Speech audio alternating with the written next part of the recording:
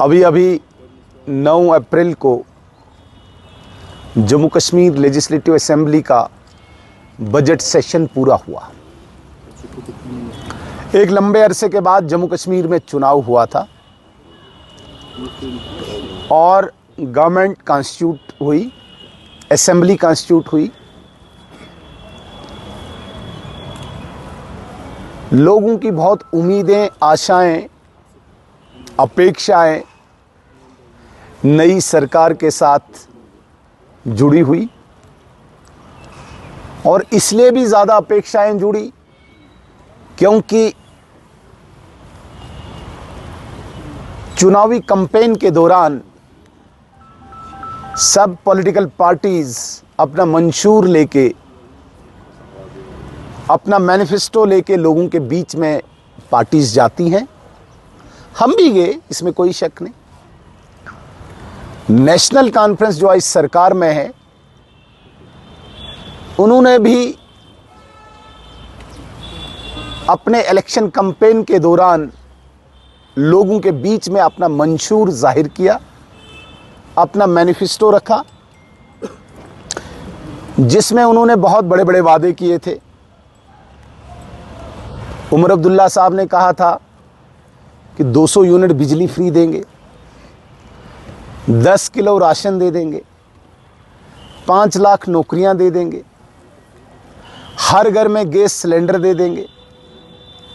तो इस प्रकार के वादे करके जम्मू कश्मीर के लोगों को गुमराह करके मेजॉरिटी में सीट्स लाई और कश्मीर में विशेषकर और भी ख्वाब दिखाए, और भी स्वप्न दिखाए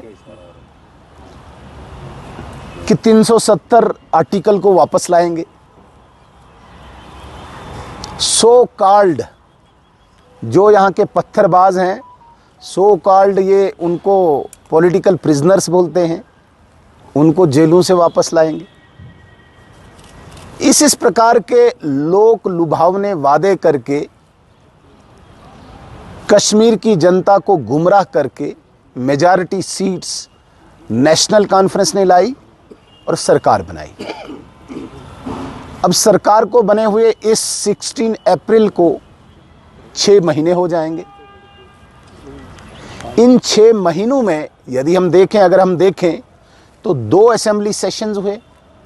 एक बहुत शॉर्ट था, 3-4 दिन का, और बजट सेशन लगभग 20-25 दिन का रहा।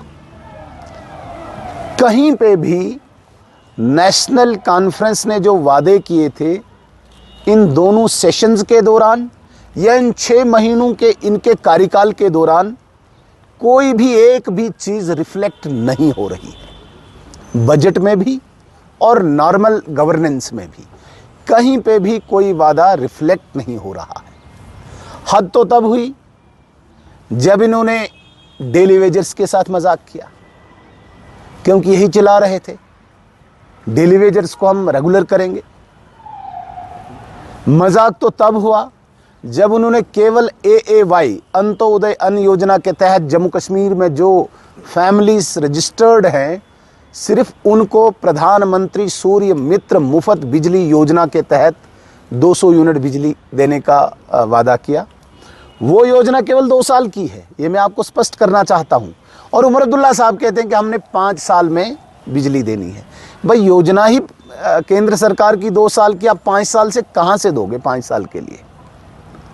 और AAY में मैक्सिमम 2-3 मेंबर हैं फैमिलीज़ में, उनको ऑलरेडी 35 किलो राशन केंद्र सरकार दे रही है।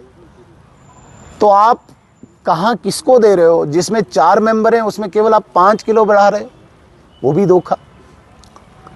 महिलाओं को फ्री बस सर्विस, लेकिन साथ में 7% किराया भी बढ़ा दिया, साथ में पेट्रोल को 1 रुपया सम पैसा बढ़ा दिया, साथ में डीजल को 2 रुपया सम पैसा बढ़ा दिया।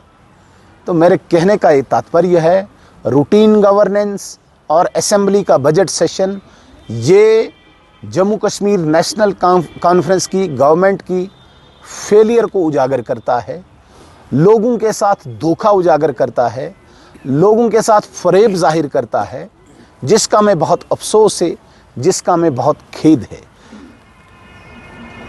मैं कहता हूं कि इंतहा तब हुई जब इन्होंने पहली बार जम्मू कश्मीर की असेंबली के इतिहास में, हिस्ट्री में, सरकार खुद ही सदन को नहीं चलने दे रही। स्पीकर आपका और आप ही नहीं चलने दे रहे हो, सरकार आपकी, आप ही नहीं चलने दे रहे हो। तो ये पहली बार एक ड्रामा वक्फ अमेंडमेंट बिल के विरोध में 3 दिन इन्होंने सदन न चलने दिया। क्यों? क्योंकि वहाँ पे अधिकांश मैक्सिमम ऑनरेबल मेंबर्स ने बिल्स लाए थे, रेजोल्यूशन लाए थे, कॉल अटेंशन लाई थी, ताकि लोगों के इश्यू यहाँ पे डिस्कस न हो, हमें जवाब न देना पड़े, सरकार भागी। ये बहुत बड़ी बदकिस्मती है।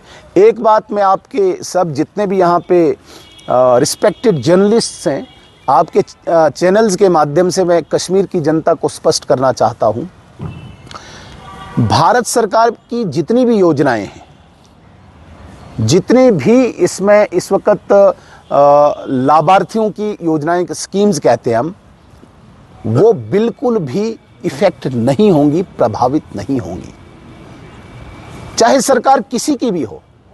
ये ऐसा न समझें कि सरकार इस वक्त उमर अब्दुल्ला साहब की है तो भारत सरकार उसमें कोई भी कोताही करेगी। जितने भी डेवलपमेंटल प्रोजेक्ट्स जम्मू कश्मीर में चल रहे हैं वो उसी गति से चलेंगे, उसी स्पीड से चलेंगे, उसी फंडिंग से चलेंगे। और इसके अतिरिक्त जितनी भी स्कीम्स, आप प्रधानमंत्री आवास योजना की बात कीजिए, किसी भी चीज़ की आप बात कीजिए, आप आयुष्मान भारत की बात कीजिए, किसी भी स्कीम में कोई भी प्रभाव नहीं पड़ेगा irrespective of any government in J&K।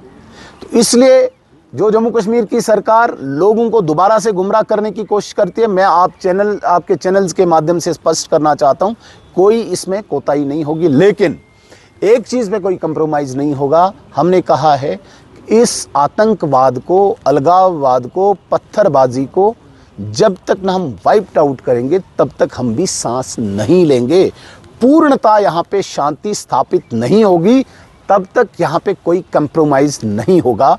मैं आपका ध्यान थोड़ा सा पीछे लेना चाहूँगा। यहाँ पे जब नेशनल कॉन्फ्रेंस की गवर्नमेंट थी, आपने देखा होगा यहाँ पे स्कूल जले, यहाँ पे हॉस्पिटल्स जले, यहाँ पे गवर्नमेंट एस्टेब्लिशमेंट की जितनी बिल्डिंग्स थी वो जले। वो कब जले? जब यहाँ पे नेशनल कॉन्फ्रेंस की गवर्नमेंट थी। नेशनल कॉन्फ्रेंस एक बहुत बड़ी बात असेंबली में भी कहती है और बाहर भी कहती है कि उनके 10,000 वर्कर्स मारे गए, बोलते हैं ना।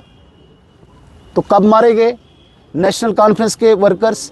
तब मारे गए जब फारूक अब्दुल्ला साहब और उमर अब्दुल्ला साहब के पास होम डिपार्टमेंट था। जब से भारत सरकार ने यहाँ की कानून व्यवस्था अपने हाथ में ली, एक भी नेशनल कॉन्फ्रेंस का वर्कर यहाँ मारा नहीं गया। तो ये क्या जाहिर करता है?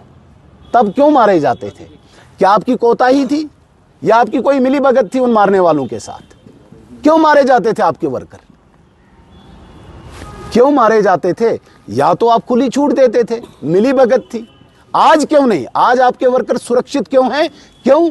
क्योंकि अमित शाह जी के हाथ में आपके वर्कर की सुरक्षा का जिम्मा है। इसलिए जो 10,000 काउंट आप कर रहे हो कि हमारे वर्कर मारे गए, वो तब मारे गए जब आप ही जिम्मेदार थे। आज अमित शाह साहब के हाथ में यहाँ की सुरक्षा की जिम्मेदारी है, इसलिए आपके वर्कर सुरक्षित है। एक बात और मैं स्पष्ट करना चाहता हूं, बड़ी बदकिस्मती है, नेशनल कॉन्फ्रेंस स्टेटहुड की बात करती। स्टेटहुड हमारा नैरेटिव है, स्टेटहुड हमारा वादा है, भारतीय जनता पार्टी का वादा है। आप कहाँ यहाँ आ गए? आप ढूंढो भाई, आपने सिलेंडर देने हैं, बिजली देनी है, राशन देना है, एम्प्लॉयमेंट देनी है। आपने तो कहा है 5 लाख एम्प्लॉयमेंट देंगे, 5 लाख रोजगार देंगे। 5 लाख रोजगार का मतलब है एक साल में 1 लाख। 5 साल है ना आपके पास, एक साल में 1 लाख का मतलब है 6 महीने में 50,000 सरकारी नौकरियां। मुझे बताइए 6 महीने हो गए, 50,000 कहाँ है नौकरियां? एक नौकरी जो नेशनल कॉन्फ्रेंस के बहुत बड़े लीडर के भतीजे को आपने लगाया बैकडोर करके, उस नौकरी के अलावा आम गरीब के बच्चे के लिए कहाँ है?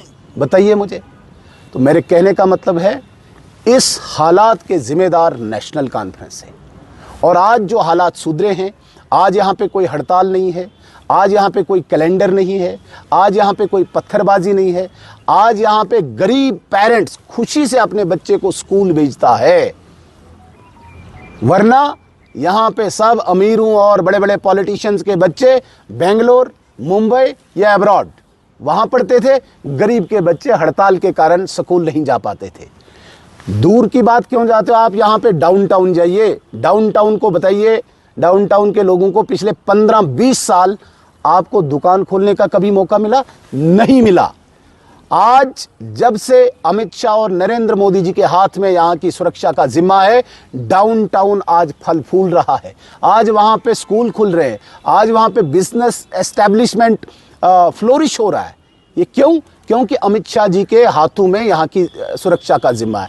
जब आपके पास होम डिपार्टमेंट था तब डाउनटाउन क्लोज होता था, तब यहाँ पे पत्थरबाजी होती थी, तब कोई स्कूल नहीं खुलता था, तब कोई दुकान नहीं खुलता था। यासीन मलिक बाहर था, मायसूमा बंद रहता था। आप जरा रिकॉर्ड निकालिए, जब तक यासीन मलिक बाहर था मायसूमा में एक भी दुकान नहीं खुली, हड़ताल।